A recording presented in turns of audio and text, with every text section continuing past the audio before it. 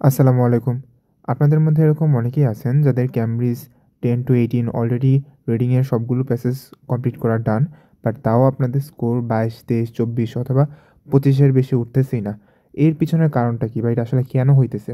Basically আপনার রিডিংটাকে ভালো করার জন্যে কিছু স্কিল আপনাকে আয়ত্ত থাকতে হবে, কিছু স্কিল আপনাকে শিখতে হবে বা কিছু স্কিলকে ডেভেলপ করতে হবে। এই স্কিলগুলো আপনি যতদিন না পর্যন্ত ডেভেলপ করবেন, আপনার আসলে স্কোর কখনোই ইমপ্রুভ হবে না। আপনি 22, 23, 24 এই রেঞ্জের মধ্যে আটকে থাকবেন। আর আপনার যদি এই স্কিলগুলো যত তাড়াতাড়ি আপনার ডেভেলপ হয়ে যাবে, আপনি তত কম প্র্যাকটিস করেও এক্সামটা দিয়ে দিতে পারবেন। কারণ দেখেন, বিষয়টা হচ্ছে আমরা এরকম ভেবে নিছি যে আমরা যত প্র্যাকটিস করব ততই হচ্ছে আমাদের ইমপ্রুভ হয়ে যাবে। বাট আপনি যদি হচ্ছে এই যে 22 এর মধ্যে আটকে আছেন, বারবার প্র্যাকটিস করতেছেন, 22ই আসতেছে, বাট এটাকে আর ইমপ্রুভ করতে পারতেছেন না, তখন কি হবে? আপনি তো প্র্যাকটিস ঠিকই করতেছেন, কিন্তু স্কোরটা আর ইমপ্রুভ হচ্ছে না। ক্যামব্রিজ সবগুলো শেষ হয়ে গেছে। সো ওই যে আমরা একটা থিওরি শুনতেছি যে প্র্যাকটিস করলেই ইমপ্রুভ হয়ে যাবে, ব্যাপারটা আসলে না। আপনি যদি স্কিলটাকে ডেভেলপ আগে করে ফেলতে পারেন বা আপনার মধ্যে যদি এই স্কিলগুলো আগে থেকেই থেকে থাকে, তাহলে আপনি কম প্র্যাকটিস করেও এক্সামের জন্য রেডি থাকতে পারবেন। সো আপনার প্র্যাকটিসের সাথে আপনার এক্সাম কত তাড়াতাড়ি দিতে পারবেন, এই ব্যাপারটা কিন্তু আসলে মিল নাই। স্কিলটা কত তাড়াতাড়ি আপনি ডেভেলপ করতে পারতেছেন সেটার উপর ডিপেন্ড করে যে আপনি এক্সামটা কত তাড়াতাড়ি দিতে পারবেন। এরকম অনেকেই দেখা যায় যে হচ্ছে 6 মাস 9 মাস ধরে প্রিপারেশন নিতেছে, তাও এক্সামে বসার জন্য কনফিডেন্ট পাচ্ছে না। এইটার পিছনের কারণটা কি? এই যে আসলে ওনাদের স্কিলটা এখনও ডেভেলপ হয় নাই। ওনাদের রাইটিংয়ে প্রবলেম, ফ্রি হ্যান্ড রাইটিং এখনও পারে না, ইমপ্রম্পট স্পিকিং পারে না, ইনস্ট্যান্ট কিছু জিজ্ঞাসা করলে সেটার উত্তর দিতে পারে না, যা মুখস্থ আছে সেটাই দিতে পারে, লিসেনিং শুনলে বুঝে না, রিডিং পড়ে বুঝতে পারে না। এই জিনিসগুলো ল্যাকিং থাকার কারণেই ওনারা এত দিন ধরে প্রিপারেশন নেওয়া সত্ত্বেও আসলে এক্সামের জন্য এখনও বসতে রেডি না।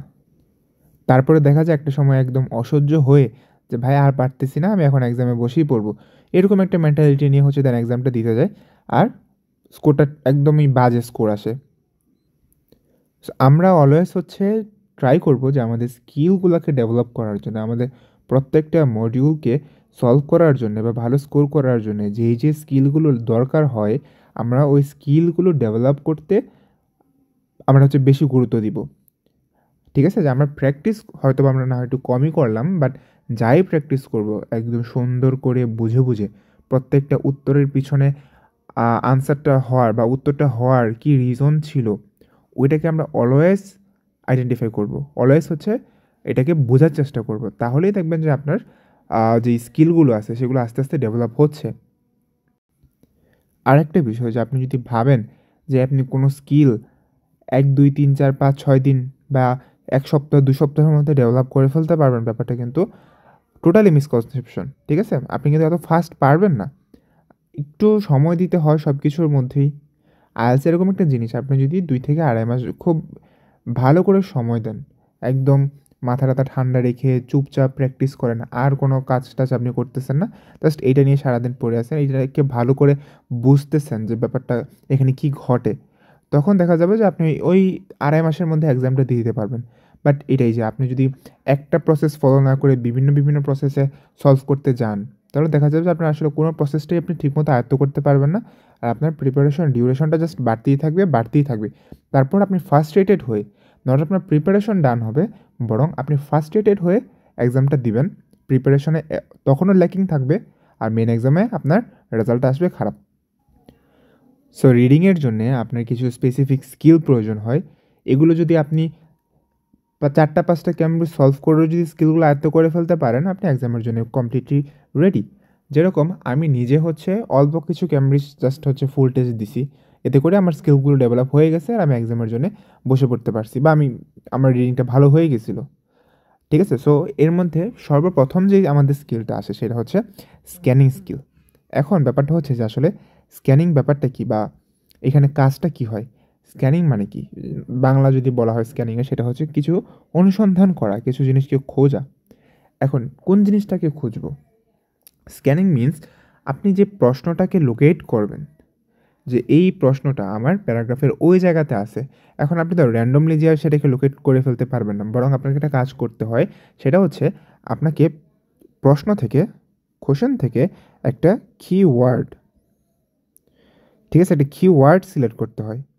এই কিওয়ার্ড দিয়ে আপনাকে দেন আনসারটাকে বা আপনার প্রশ্নটা কোথায় আছে প্যারাগ্রাফের এটাকে আগে খুঁজে বের করতে হয়। আরেকটা ভুল ধারণা আছে যে আমাদের প্যাসেজ যদি আমরা আগে পড়ে ফেলতে পারি তাহলে হয়তো আমার আনসারটা খুঁজে বের করতে ইজি হবে। দেখেন, আপনি যদি এতটাই ভালো হইতেন রিডিংয়ে যে আপনি 3টা প্যাসেজ পড়ে দেন আবার প্রশ্নেরও আনসার করতে পারতেছেন ফুল পড়ে, তাহলে এই ভিডিওটা আপনি এতক্ষণে ছেড়ে দিতেন বা আপনি কখনো এই ভিডিওটা দেখতেই আসতেন না। আমাদের হচ্ছে কেন পড়া লাগে না, এখন এটা জিজ্ঞাসা করতে পারেন যে ভাই আসলে কেন আমাদের প্যাসেজটা পড়তে হয় না। কারণ প্যাসেজের মধ্যে লাইনের অভাবই থাকে না, অনেক অনেক লাইন আছে, বাট উত্তর থাকে স্পেসিফিক জায়গাতে। সো কোন জায়গাতে যে উত্তরটা আছে ওই জায়গাটাকে খুঁজে বের করার টেকনিকটাই হচ্ছে স্ক্যানিং। এইখানে আমরা কিওয়ার্ড নেই আমাদের কোশ্চেন থেকে, সেই কিওয়ার্ডগুলো আমরা প্যারাগ্রাফের একটা জায়গাতে স্ক্যান করে করে জাস্ট ওই ওয়ার্ডটাকে খুঁজে বের করি, তারপর আমরা ওই আশেপাশের জায়গাটুকু পড়ি, পড়ে আনসারটা দেই। আচ্ছা, এখন কিওয়ার্ড যে নিব, কিওয়ার্ড এইটার পরিচয় কি? দেখেন, কিওয়ার্ড হিসাবে আপনি কিছু স্পেসিফিক জিনিস নিতে পারেন যেগুলো আসলে কখনো চেঞ্জ হয় না। যেরকম আপনি যদি আপনার প্রশ্নের মধ্যে কোনো নাম থাকে, কারো নাম, কোনো বস্তু ব্যক্তির নাম, ওই নামটাকে আপনি কিওয়ার্ড হিসেবে নিতে পারেন। কোনো সাল দেয়া আছে, ওই সালটাকে আপনি কিওয়ার্ড হিসেবে নিতে পারেন। কোনো সায়েন্টিফিক টার্ম দেয়া আছে, সেটাকেও আপনি কিওয়ার্ড হিসেবে নিতে পারেন। এখন বিষয়টা হচ্ছে যে সবসময় তো আর আমাদের প্রশ্নের মধ্যে নাম, সাল এগুলো দেয়া থাকবে না। ওই সময়টাতে আমরা কী নিব? তখন আপনি ভার্ব অথবা অ্যাজেক্টিভ, কি বললাম, ভার্ব অথবা অ্যাজেক্টিভ, এইগুলো আপনি অ্যাজ এ কিওয়ার্ড হিসেবে তখন নিতে পারবেন। কিন্তু এই জিনিসটা খেয়াল রাখতে হবে যে আপনি যে ওয়ার্ডটা কোশ্চেন থেকে কিওয়ার্ড নিছেন সেটা কিন্তু কোনো নাম না যে আপনি ওইটাকে ডিরেক্টলি পাবেন, বরং আপনি কী নিছেন, একটা অ্যাজেক্টিভ নিছেন অথবা একটা ভার্ব নিছেন। এইগুলোকে কিন্তু প্যারাফ্রেজিং করা অবশ্যই সম্ভব এবং আপনি 100% শিওর থাকতে পারেন যে ওরা এটাকে প্যারাফ্রেজিং করেই আপনার প্রশ্নের মধ্যে দিবে। সো যখন আপনি নামের বদলে বা নামটাকে না পেয়ে, সাল না পেয়ে আপনি ভার্ব অথবা অ্যাডজেক্টিভকে কিওয়ার্ড হিসেবে নেওয়া লাগতেছে, তখন অলওয়েজ ওই অ্যাডজেক্টিভ অথবা ওই ভার্বটার মিনিংটাকে খুঁজবেন। এরকম ওয়ার্ড খুঁজবেন যেটার মিনিং আপনি যে কিওয়ার্ডটা নিছেন ওইটার মিনিংয়ের মতো। আর যদি আপনি ডিরেক্ট ওয়ার্ডটা খুঁজতে চান তাহলে 99% টাইমস আপনি খুঁজেই পাবেন না। সো ক্লিয়ার কিওয়ার্ড নেওয়ার বিষয়টা আর হচ্ছে স্ক্যানিংয়ের বিষয়টা। এখন আমরা হচ্ছে একটা প্রশ্ন দেখি যে এখান থেকে আসলে কীভাবে কোনটাকে কিওয়ার্ড হিসেবে নেওয়া যায়। কিওয়ার্ডের সবথেকে বেশি ইউজটা হয় true false not given and হচ্ছে আপনার গ্যাপ ফিলের ক্ষেত্রে, এগুলোকে লোকেট করার জন্য। সো আমরা একটা ট্রু ফলস নট গিভেন দেখতেছি। এখান থেকে দেখেন 21 নম্বর, এখানে কি বলতেছে, এটা ক্যামব্রিজ 12, টেস্ট হচ্ছে 6 বা টেস্ট 5 আর কি, সরি টেস্ট 2, ক্যামব্রিজ 12 টেস্ট 2 যেটা, বা টেস্ট 6, এখানে টেস্ট 6 লেখা আছে। সো দেখেন এইখানে আপনি অ্যাজ এ কিওয়ার্ড হিসেবে কী নিতে পারেন, আপনি এই যে বিংহাম, একজনের নাম দেওয়া আছে, went to dash dash dash, so একজনের নাম দেওয়া আছে, আপনি নামটাও নিতে পারেন। তারপর ইনকা সিটি, আরেকটা সিটির নাম দেওয়া আছে, সো দুইটা নাউন এখানে দেওয়া আছে, আপনি ইজিলি আনসার থেকে লোকেট করতে পারবেন জাস্ট এই কিওয়ার্ডগুলো নিয়ে। 22-এর ক্ষেত্রেও আপনার হচ্ছে এখানে একটা ভ্যালির নাম দেওয়া আছে, আপনি এই ভ্যালিটাকে আপনি খুঁজে বের করতে পারবেন। তারপর এখানেও সেম একটা নাম দেওয়া আছে, আপনি নামটাকে দিয়ে ইজিলি খুঁজে বের করতে পারবেন। কিন্তু যখনই আপনার এরকম নাম দেয়া থাকে না, তখন আমরা কি বললাম, আমাদের ভার্ব অথবা হচ্ছে অ্যাডজেক্টিভগুলোকে নেওয়া লাগে এবং আমাদের ওই ওয়ার্ডটার মিনিংটাকে খোঁজা লাগে। ঠিক আছে, মিনিংটাকে খুঁজলে আপনি 100% পাবেন, বাট ওই ওয়ার্ডটাকে খুঁজলে আপনি 99% শিওর যে আপনি পাবেন না। নেক্সট আরেকটা স্কিল যেটা আপনার লাগবে সেটা হচ্ছে স্কিমিং স্কিল। এর মানে কি, ধরেন আপনি স্ক্যান করে তো জিনিসটাকে খুঁজে বের করলেন, এরপর কি করতে হবে, আপনাকে পড়তে হবে। ওই পড়ার পার্টটাই হচ্ছে আপনার স্কিমিং স্কিল। এইখানে আপনার যেখানে আপনি কিওয়ার্ডটাকে খুঁজে পাইছেন ওইটার আশেপাশের 2টা থেকে 3টা লাইন বা 2টা থেকে 3টা সেন্টেন্স আপনাকে একটু দ্রুত পড়তে হয়। কি বলতাম, একটু দ্রুত পড়া লাগে, পাশাপাশি বুঝে বুঝে পড়া লাগে। আপনি যদি না বুঝে শুধু রিডিং পড়ে যান তাহলে তো ওই রিডিং পড়ার আপনার কোনো মানেই হয় না, ওটা টাইম ওয়েস্ট। তো স্কিমিং মিনস স্ক্যানিং করার পর যখন আপনি আনসারটাকে লোকেট করতে পারছেন তখন প্রশ্ন আনসার করার জন্যে 2টা থেকে 3টা লাইন খুব তাড়াতাড়ি বুঝে বুঝে পড়া, এটাকে বলা হয় হচ্ছে স্কিমিং। যেরকম ধরেন আমরা এখান থেকে বিংহামের কথাটা নিয়েছিলাম যে Bingham went to south America in search of an Inca city. So আমরা বিংহামের কথাটা নিব অথবা সাউথ আমেরিকা, এখান থেকে কিওয়ার্ড নেওয়ার মতো অনেক বিষয় আছে। তো আমরা এখন কিওয়ার্ডগুলোকে নিয়ে স্ক্যান করতে যাব। স্ক্যান করে যখন পেয়ে যাব তখন ওই আশেপাশের জায়গাটুকুকে রিডিং পড়ব। সো ফার্স্ট প্যারাগ্রাফই দেখেন, এখানে বিংহামের কথা বলা আছে, তারপর অ্যারাইভড সাউথ আমেরিকা, সাউথ আমেরিকাতে অ্যারাইভ করার কথাও বলা আছে। এখন দেখি সে কি ওই ইনকা সিটিটাকে করতে গেছিলো কিনা, ডিসকভার করতে গেছিলো কিনা বা এক্সপ্লোর করতে গেছিলো কিনা। এই যে দেখেন আমরা এখানে কিওয়ার্ডটা পাইছি, আমাদের স্ক্যানিং ডান। তারপর কি করতে হবে, স্কিমিং করতে হবে। দেখেন এখান থেকে যদি পড়েন, the exploration of the remote hinterland to the west of Cusco, the old capital of Inca. দেখছেন, সো ইনকার একটা সিটির কথা এখানে বলা আছে যে এটাকে এক্সপ্লোর করার জন্য গিয়েছিল। সো আমরা এখানে কি করলাম, আমরা স্ক্যান করে কিওয়ার্ডটাকে খুঁজে বের করলাম, তারপর স্কিমিং করে তাড়াতাড়ি করে বুঝে বুঝে পড়ে ফেললাম। এটাকে বলে হচ্ছে স্কিমিং। পরবর্তী যেই যে স্কিলটা আপনার লাগবে সেটা হচ্ছে রিডিং কম্প্রিহেনশন বা রিডিং আন্ডারস্ট্যান্ডিং। সব থেকে ক্রুশাল যে স্কিলটা আপনার রিডিংয়ের ক্ষেত্রে সেটা হচ্ছে আপনার 3 এবং হচ্ছে 6, রিডিং কম্প্রিহেনশন এবং হচ্ছে প্যারাফ্রেজিং। এই দুইটা স্কিল আপনার যতদিন না ডেভেলপ হবে আপনি একদম পারবেন না, মানে নাই রিডিং একটা ভালো স্কোর আনতে। সো রিডিং কম্প্রিহেনশনে কী হয়, স্কিমিং আমরা কী করলাম, দ্রুত পড়ার যে ব্যাপারটা সেটা। কম্প্রিহেনশনে আসে আমি যে পড়তেছি আমি কি সাথে সাথে বুঝতেছি কি না। কী বললাম, আমি যে পড়তেছি একটা জিনিস সেটা আমি কি সাথে সাথে বুঝতে পারতেছি কি না, এই ব্যাপারটাকে বলা হচ্ছে রিডিং কম্প্রিহেনশন। যেরকম আমাদের এইখানে যখন আমরা স্ক্যান করে পাইলাম তখন আমি জাস্ট এই জায়গাটুকু যদি পড়ি যে Bingham arrived in south America in 1911, he was ready for what was to be the greatest achievement of his life, the exploration of the remote hinterland to the west of Cusco, the capitals of Inca, the old capital of Inca Empire in the Andes Mountains of Peru. তো এই পুরোটুকু line পড়ে আমি কি বুঝতে পারলাম যে Bingham এত সালে সাউথ আমেরিকাতে গিয়েছিল কিসের জন্যে, he was ready for what was to be the greatest achievement of his life, তার জীবনের সবথেকে বড় অ্যাচিভমেন্টটাকে পাওয়ার জন্যে। অ্যাচিভমেন্টটা কী ছিল, the exploration of the remote hinterland to the west of Cusco. দেখেন হিন্টারল্যান্ডের মানে হয়তো আপনি জানেন না, ওকে প্রবলেম নাই, আমরা দেখি এই ওয়ার্ডটাকে আমরা সামহাউ পাশ কাটাইতে পারি কিনা। সো আমরা এটা ধরুন আমরা জানি না, ঠিক আছে। সো রিমোট মানে কি, রিমোট মানে হচ্ছে আপনার আইসোলেটেড, খুব দূরে অবস্থিত, এরকম লোকালয়হীন। সো ওয়েস্ট অফ কস্কো এটা বলতেছে, কস্কোর ওয়েস্টে the capital city of Inca. যাই হোক, আপনি যে রিডিংটা পড়তেছেন, পড়ে যে বুঝতে পারতেছেন কি না এটা অনেকটুকুই ডিপেন্ড করে আপনি প্রশ্নটা কতটুকু বুঝতে পারছেন। যেরকম আপনার এখানে প্রশ্নে কী ছিল, প্রশ্নে ছিল যে Bingham went to south America in search of an Inca city, একটা ইনকা সিটিকে সার্চ করার জন্য সে গিয়েছিল। আপনি পুরোটা পড়ে ওইখানে কী পাইছিলেন যে হ্যাঁ তার এক্সপ্লোরেশনটা কী ছিল, কিসের উপর, যে একটা সিটি যেটা ইনকার ক্যাপিটাল ছিল ওইটাকে এক্সপ্লোরেশন করার জন্য। এই যে আপনি পড়ে বুঝতে পারছেন, এই ব্যাপারটাই হচ্ছে রিডিং কম্প্রিহেনশন। এখন কম্প্রিহেনশনটা আসলে খুবই মানে এক একজনের এক এক পর্যায়ে থাকে, কিন্তু এটাকে হচ্ছে ডেভেলপ করা অবশ্যই পসিবল এবং আপনি লাইক 1 মাসের মধ্যে এটাকে ভালো পরিমাণে ডেভেলপ করতে পারবেন। মূল বিষয়টা হচ্ছে যে আমরা আসলে আমাদের স্কিল ডেভেলপ করার থেকে বরং আমরা ওই বিভিন্ন টিপস আর ট্রিক্সের প্রতি বেশি ঝুঁকে যাই। এতে করে আমাদের যেই কোর্সটা বা যেই প্রিপারেশনটা আমাদের 3 মাসে একদম 100% শিওর কমপ্লিট হয়ে যেত সেটা হয়ে যায় 9 মাসের। কারণ আপনি যখন প্র্যাকটিস এই 9 মাস যখন আপনি লেগে থাকেন একটা জিনিসের প্রতি 9 মাস লেগে থাকলে একটু হইলেও তো আপনার ডেভেলপ হবে স্ক্যানিংটা, আপনার আন্ডারস্ট্যান্ডিংটা, তাই না?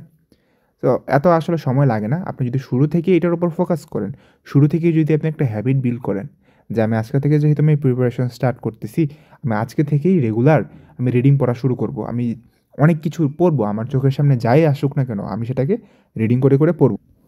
আমি নিউজ পেপার পড়বো, আমি হচ্ছে গল্পের বই পড়বো ইংলিশে, আমি না হয় বিভিন্ন আর্টিকেল পড়বো, ম্যাগাজিন পড়বো, বাট একদম ডে 1 থেকে আপনার প্রিপারেশনের আইএলটিএসের জন্য প্রিপারেশনের ডে 1 থেকে আপনার রিডিংয়ের একটা হ্যাবিট বিল্ড করা উচিত। এতে করে দেখা যাবে যে আপনি 2 মাসে মোটামুটি ভালো রিডিং পড়া বুঝে গেছেন, রিডিং স্পিডও ভালো হয়ে গেছে, কম্প্রিহেনশনও ভালো হয়ে গেছে, খুব ভালো করে বুঝতে পারেন, যাই পড়েন তাই বুঝেন। সো আপনি যদি ফার্স্ট ডে থেকে এটার উপর ফোকাস করেন, বিলিভ মি আপনার কোনো টিপস অ্যান্ড ট্রিক্সের ধারে কাছে কখনো যাইতে হবে না। তারপর আরেকটা ক্রুশিয়াল যে স্কিল সেটা হচ্ছে আপনার রিডিং স্পিড। এখন এই রিডিং স্পিড এটা মানে হচ্ছে যে আপনি কত ফাস্ট পড়তে পারেন। এখন আপনি পড় মানে আপনি স্ক্যানও করতে পারেন, স্কিমও করতে পারেন, কম্প্রিহেনশনও ভালো, বাট আপনার রিডিং স্পিড ভালো না। তখন কিন্তু আরেকটা প্রবলেম, তখন কিন্তু আপনার সময় মতো আপনি সলভ করতে পারবেন না। সো রিডিং স্পিডটাকেও ইমপ্রুভ করতে হবে। এইটার আর হচ্ছে কম্প্রিহেনশন, এই দুইটাকে ইমপ্রুভ করার একটাই সলিউশন, সেটা হচ্ছে রিডিং একটা হ্যাবিট হিসাবে নেন। ডে 1 থেকে রিডিং শুরু করেন, রিডিং পড়া শুরু করেন, বিভিন্ন জিনিস পড়েন। এমনই না যে শুধু হচ্ছে আপনার ক্যামব্রিজটাই পড়তে হবে। ক্যামব্রিজের প্যাসেজগুলো খুবই বোরিং, খুবই ডাল, এগুলো পড়ে অর্থ বোঝার ইচ্ছাও জাগে না। তো আপনি এগুলো পড়ার দরকার নেই। আপনি সবথেকে ভালো হয় যদি একটা বই পড়েন, একটা খুবই ইন্টারেস্টিং কোনো একটা বই যদি পড়তে পারেন, কোনো একটা স্টোরি বুক যদি পড়তে পারেন, ওটা আপনাকে খুবই হেল্প করবে। হয়তো ভাবতে পারেন যে ভাইয়া ওইখানে তো খুবই সিম্পল থাকে, বাট ক্যামব্রিজে তো হচ্ছে অনেক অ্যাডভান্স, আমরা এটাকে কীভাবে তখন ট্যাকেল করবো?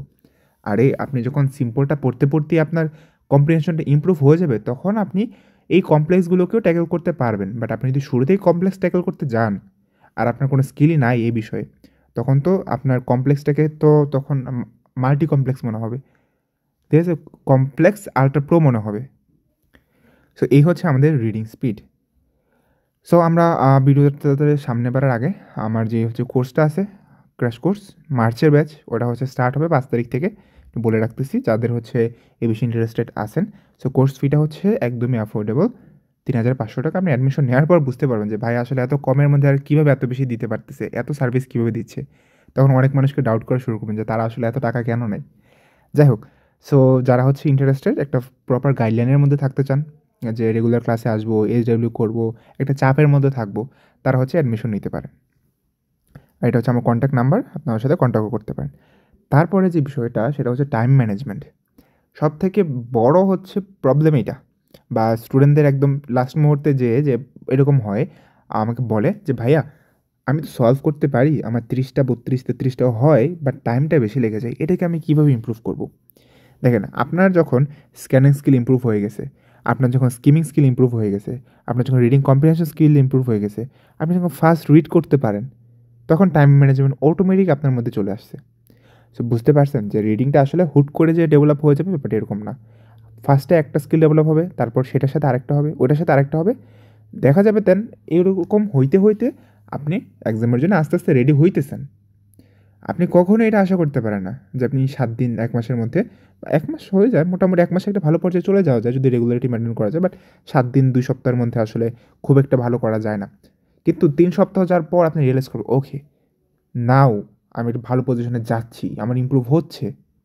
1 মাস যাওয়ার পর আপনি একদম শিওর হয়ে যাবেন যে হ্যাঁ আমার ইমপ্রুভ হইছে, আমার মোটামুটি ভালো ইমপ্রুভ হইছে। 1 মাস আগে যেটা আমি কিছুই বুঝতাম না, সলভই করতে পারতাম না, কোয়েশ্চেন প্যাটার্নই বুঝতাম না, এখন আমি মোটামুটি সবই বুঝি। আমাকে আরেকটু ইমপ্রুভ, আমি আরেকটু যদি আমি প্রেশার দেই, আমি যদি আরেকটু লোড নেই, আমি একদম কমপ্লিট হয়ে যাব আগামী 1 মাসের মধ্যেই।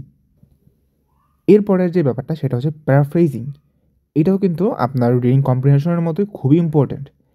প্যারাফ্রেজিং ব্যাপারটা হচ্ছে এরকম, আপনি লিসেনিং করেন, রিডিং করেন, স্পিকিং করেন, আপনি হচ্ছে রাইটিং করেন, প্যারাফ্রেজিং আপনাকে পিছু ছাড়বে না। প্যারাফ্রেজিং মানে কি? প্যারাফ্রেজিং মানে হচ্ছে আপনাকে একটা জিনিস, সেম জিনিসটাকে ডিফারেন্ট ওয়েতে রিপ্রেজেন্ট করা, different word, different sentence structure use করে সেম জিনিসটাকে রিপ্রেজেন্ট করা, এটাকে বলা হয় হচ্ছে প্যারাফ্রেজিং। এখন রিডিংয়ে হচ্ছে প্যারাফ্রেজিংটা কেন ইম্পর্টেন্ট? কারণ আপনাকে প্রশ্নে যা বলা আছে, ঠিক আছে, প্রশ্নে যা বলা আছে বা অপশনে যা আছে, আপনার প্রশ্নে আপনার প্যাসেজে, আপনার প্যারাগ্রাফে ওইটা কিন্তু ওইরকম করে থাকে না, ওইটা ডিফারেন্ট একটা ওয়েতে লেখা আছে। সো আপনাকে কী করতে হবে, আপনি যখন একটা জিনিস পড়বেন, ফার্স্ট অফ অল তো আপনি প্রশ্নটা পড়ছেন, প্রশ্নটা পড়ে আপনার কোন জিনিসটা প্রয়োজন, কী আপনার লাগবে, সেটা আপনি ভালো করে বুঝে নিছেন। এখন আপনি হচ্ছে জাস্ট প্যাসেজে যাবেন, প্যাসেজে যেয়ে ওই পাঠটুকুকে পড়ার সময় বিভিন্নভাবে সেম আপনি পেয়ে গেছেন উত্তরটা আপনার কাছে। ধরেন একটা এমসিকিউ আসছে, এমসিকিউ তো হচ্ছে 4টা প্রশ্ন, তাই না? মানে 4টা হচ্ছে অপশন, একটা প্রশ্নে 4টা অপশন। সব প্রশ্নে যা আছে সেটা আপনি বুঝলেন, কোশ্চেনে আসলেন, প্যারাগ্রাফে আসলেন, প্যারাগ্রাফে এসে আপনি হচ্ছে জায়গাটুকু পড়লেন, পড়ে ভালো করে বুঝলেন, আপনার কম্প্রিহেনশন ভালো, আপনি ভালো করে বুঝতে পারছেন। এখন বুঝতে পারার পরেও আরেকটা জায়গা যেটা যদি আপনার ইমপ্রুভ না হয় তাহলে আপনি সাফার করবেন, সেটাই হচ্ছে প্যারাফ্রেজিং। আপনি বুঝতে পারছেন যে এখানে কী ঘটনা হয়েছে, কিন্তু অপশনে যেটা আছে সেইখানে সেম জিনিসটাকেই একটু ঘুরিয়ে লেখা থাকবে, একটু অন্যভাবে লেখা থাকবে। সো আপনি যখন প্যাসেজ থেকে বা প্যারাগ্রাফ থেকে ওই জিনিসটুকু পড়বেন, সেইটার 2-3টা ওয়েতে ভাবার চেষ্টা করবেন। যে এই সেম জিনিসটাকে এইভাবে বলা যায়, সেম জিনিসটাকে ওইভাবেও বলা যায়। যদি এইটা থাকে তাহলে এটার মিনিংটা এরকম হয়, ঠিক আছে? এরকম অল্টারনেটিভ ওয়েতে থিঙ্ক করা ট্রাই করবেন। এটা কি হচ্ছে বলে প্যারাফ্রেজিং। আমি যখন শুরুতে করতেছিলাম একদম আমি যখন প্রিপারেশন একদম শুরুতে ছিলাম, আমার প্যারাফ্রেজিংটা খারাপ ছিল। আমি যখন প্যারাফ্রেজিংটাকে ইমপ্রুভ করতে পারছি, আমি দেখলাম যে রিডিং আমার কাছে খুবই ইজি লাগে। কারণ যখন আপনি প্রেডিক্ট করে ফেলতে পারবেন যে আপনার অপশনে কী থাকতে পারে, আপনার প্যারাফ্রেজিংটা কীভাবে হতে পারে, এই জিনিসটা যখন আপনি প্রেডিক্ট করতে পারবেন, তখন আপনার কাছে আসলেই রিডিংটা অনেক বেশি ইজি মনে হবে। সো প্যারাফ্রেজিংটা একটু ইমপ্রুভ করবেন। একটা জিনিসকে বিভিন্নভাবে ভাবার ট্রাই করবেন। ডিফারেন্ট ওয়েতে যা বলা আছে সেটাকে ডিফারেন্ট ওয়েতে ভাবার চেষ্টা করবেন, যে যদি ওইভাবেও বলা যাইতো তাহলে এটাই মিন করতো। আপনি নিজে নিজে একটা জিনিসকে 2বার 3বার বা 3 রকমভাবে ভাবা ট্রাই করবেন। এরপরে যেই জিনিসটা আপনাকে ভালো করে জানতে হবে সেটা হচ্ছে প্যারাগ্রাফ প্যাটার্ন। আসলে জিজ্ঞাসা করেন যে ভাই প্যারাগ্রাফ প্যাটার্ন জিনিসটা আসলে কি? দেখেন, একটা কথা আজকে একবার বলতেছি, আজীবন জিনিসটা মাথায় রাখবেন, বা অন্তত যতদিন আপনার প্রিপারেশন নিতেছেন, সেটা হচ্ছে জাস্ট এটাই। একটা প্যারাগ্রাফ যে বিষয় নিয়ে কথা বলতেছে, অন্য কোনো প্যারাগ্রাফ ওই বিষয়টাকে কখনোই অ্যাড্রেস করে না। আমি জানি এটা আপনি কখনো রিয়েলাইজ করেন নাই, বাট একটু আপনি সামনে যদি কোনো ক্যামব্রিজ থেকে খুলে দেখতে পারেন, আপনার ফার্স্ট প্যারাগ্রাফে হয়তো বা কোনো একটা জিনিসের অতীতের কোনো কথা নেই বলা আছে, তারপরের প্যারাগ্রাফে সেটাকে কীভাবে ডিসকভার করা হলো সেটা বলা আছে, তারপরের প্যারাগ্রাফে সেটা কে ডিসকভার করলো ওইটা বলা আছে, এরপরের প্যারাগ্রাফে সেটার ইউজেস বলা আছে বা অতীতে কীরকমভাবে ইউজ করা হতো সেটা বলা আছে, তারপরের প্যারাগ্রাফে দেখবেন বর্তমানে কীভাবে ইউজ করা হতো সেটা। মানে এক একটা প্যারাগ্রাফ সেম জিনিসটার ডিফারেন্ট টপিককে অ্যাড্রেস করে। এটাই হচ্ছে আপনার প্যারাগ্রাফ প্যাটার্ন। আপনি টেস্ট 1, টেস্ট 2, প্যাসেজ 1, প্যাসেজ 2 এগুলোতে সিরিয়ালটা কখনোই ব্রেক করবেন না। সিরিয়ালটা কখনোই ব্রেক করবে না, কারণ আপনার প্রত্যেকটা প্রশ্ন একটার সাথে আরেকটা লিঙ্কড। দেখবেন যে আপনি কয়েকটা প্রশ্ন আগে সলভ করছেন, তারপর আপনার কাছে একটা বা দুটো প্যাসেজ বাকি রয়ে গেছে, একটা বা দুটো প্যারাগ্রাফ এখনও বাকি রয়ে গেছে, তখন পরবর্তী যে কোশ্চেনগুলো না, সেগুলো আপনার ওই বাকি থাকা প্যারাগ্রাফে আসার সম্ভাবনাটা খুবই বেশি। আর যদি নাও আসে, তাহলে ওইগুলো ওরকমই প্রশ্ন যেগুলো আপনি উপর দিয়ে সলভ করে আসছেন। সো আপনি উপরেরগুলো যদি আপনি ভালো করে সলভ করে থাকেন, তাহলে আপনি ইজিলি নিচেরটা পড়ার সাথে সাথে বুঝে যাবেন যে আমি অমুকটা সলভ করার সময় আমার ওই যে জিনিসটা আমি পাইছিলাম, তো আপনি সরাসরি ওখানে চলে যেতে পারবেন। আপনার টাইমটা অনেকটুকু সেভ হবে। সো সিরিয়ালটা ব্রেক করবেন না। প্যাসেজ 1, 2তে, 3তে এসে একটু করা যায়, 3তে এমসিকিউ থাকে, বড় এমসিকিউ থাকে, ওগুলো সলভ করতে একটু টাইম বেশি লাগে। সো টাইমটাকে বাঁচানোর জন্য তখন অন্যগুলো করা যায়, কিন্তু সেটাও আবার ডিপেন্ড করে যে আপনার আসলে টার্গেট কত। টার্গেট যদি আপনার 8, 9, 8.5 এরকম হয়ে থাকে, তখন সিরিয়ালটা ব্রেক করবেন না। বাট আপনার টার্গেট যদি 7, 6.5 এরকম হয়ে থাকে, তখন আপনি ওখানে টাইমটাকে বাঁচানোর জন্যে, এমসিকিউ এমনিতেও কঠিন, আনসার খুব একটা বেশি করা যায় না বা কারেক্ট করা যায় না। সো আপনি তখন বাকি হয়তো বা আপনার কাছে গ্যাপ ফিল থাকতে পারে, সামারি থাকতে পারে, আপনার ট্রু ফলস নট গিভেন থাকতে পারে, এগুলো আনসার করে ইজি, টাইমও কম লাগে। সো আপনি ওগুলোকে আগে আনসার করে নেবেন। এরপর আপনার যে স্কিলটা প্রয়োজন হবে সেটা হচ্ছে প্রত্যেকটা প্রশ্নের জন্য সঠিক অ্যাপ্রোচটা। আপনি কিন্তু কখনোই সেম অ্যাপ্রোচে সবগুলো প্রশ্ন সলভ করে ফেলতে পারবেন না। প্রশ্নের উপর ভিত্তি করে আপনার অ্যাপ্রোচগুলোকে চেঞ্জ করতে জানতে হবে। এর পাশাপাশি শুরুতেই প্রত্যেকটা প্রশ্নের জন্য আসলে কোনটা হচ্ছে টাইম এফিশিয়েন্ট অ্যাপ্রোচ, কোন অ্যাপ্রোচে ফলো করলে, কোন অ্যাপ্রোচটাকে ফলো করলে আপনি টাইমটাকে সেভ করতে পারবেন, এই জিনিসটা আপনাকে বুঝতে হবে। এখন আজকের ভিডিওতে ওইটা নিয়ে আর ডিটেলসে বলতেছি না, কারণ প্রত্যেকটা প্রশ্ন হচ্ছে আলাদা আলাদা। ধরুন আমাদের কাছে কয়টা প্যাটার্ন আছে প্রশ্নের, আমাদের কাছে গ্যাপ ফিল আছে, ট্রু ফলস নট গিভেন আছে, স্টেটমেন্ট ম্যাচিং আছে, প্যারাগ্রাফ ম্যাচিং আছে, তারপর হচ্ছে আপনার ইনফরমেশন ট্রান্সফার আছে, আর আছে হচ্ছে আমাদের সেন্টেন্স এন্ডিং কম্পিটিশন আছে, এমসিকিউ আছে, এগুলোই। তারপর শর্ট কোশ্চেন আছে। তো বেসিক্যালি ডিফারেন্ট কোশ্চেন, এবং প্রত্যেকটা কোশ্চেনের জন্য অ্যাপ্রোচ হচ্ছে কমপ্লিটলি আলাদা। যেহেতু প্রশ্নই আলাদা, দ্যাট মিনস তো অ্যাপ্রোচ আলাদা হবেই। সো প্রত্যেকটার জন্য অ্যাপ্রোচ হচ্ছে আলাদা, এবং আমি প্রায় প্রত্যেকটা টপিককে আমি কভার করে দিছি। আপনার প্লিজ প্লেলিস্টে যেয়ে প্রত্যেকটা টপিককে বা প্রত্যেকটা টপিকের কোশ্চেনকে কীভাবে সলভ করতে হয় জিনিসটা একটু ভালো করে দেখেন, বুঝেন। আমি আপনাদেরকে একদম ভেঙে ভেঙে অনেক সুন্দর করে সলভ করেছি। আপনারা যদি বলেন যে ভাইয়া আপনি আমাকে একটা 20 মিনিটে সলভ করে দেখান তো, দেখেন আমি যে 20 মিনিটে সলভ করতে পারছি, এটা কি শুরুতে আমি একদিনই পেরে গেছি? নো, আমি এটা শুরু করছি, আমি কয়েক মাস প্র্যাকটিস করার পর সেটা আমি ডেভেলপ করছি আস্তে, আস্তে। এখন আমি যদি বসে আপনাকে 20 মিনিটে করাই, আপনি কিছুই বুঝবেন না। কারণ ওই সময় আমি একরকমভাবে ভাববো, আর 20 মিনিটের ভিডিও যখন আমি 30-35 মিনিটে আপলোড করি বা মেক করি, তখন আমি বিভিন্ন জিনিস বলি যেটা নর্মালি আমার ভাবা লাগে না। নর্মালি আমরা যারা ভালো একটা ব্যান্ড স্কোর আগেই পেয়ে গেছি রিডিংয়ে, ওদের এত ডিপলি ভাবা লাগে না। আমরা হয়তো বা একটু পরেই বুঝে ফেলতে পারি। সো এই জিনিসটা আপনাকে আস্তে, আস্তে আপনারও ডেভেলপ হবে। দ্যাটস ওয়াই ভিডিওগুলো মাঝে মধ্যে একটু বড় হয়। বাট আমি ট্রাই করি আপনাদের যে প্যারাফ্রেজিং যে স্কিলটা আছে, একটা জিনিসকে বিভিন্ন ওয়েতে ভাবা, এটাকে ইমপ্রুভ করানোর ট্রাই করি। দ্যাটস ওয়াই একটু বেশি কথাবার্তা বলি, একটু বেশি ভেঙে ভেঙে পড়াই। সো এই হচ্ছে আমাদের কিছু অ্যাপ্রোচ বা কিছু হচ্ছে স্কিল যেগুলো আপনার লাগবে আপনার রিডিংয়ে ভালো করার জন্য। আপনি যদি এই 8টা স্কিলকে মাস্টার করে এক্সাম বসতে পারেন, আই এম ড্যাম শিওর আপনি 7-এর নিচে পাবেন না রিডিংয়ে। এখানে স্কোর ওঠানো ইজি, আপনার রাইটিং থেকে রিডিংয়ে স্কোর ওঠানো ইজি। হ্যাঁ, আপনার মডিউলটা কঠিন, স্কোরটা ওঠানো ইজি যদি আপনি টিপস অ্যান্ড ট্রিক্সের বাইরে এসে একটু স্কিলের উপর ফোকাস করেন। Thank you so much. আসসালামু আলাইকুম।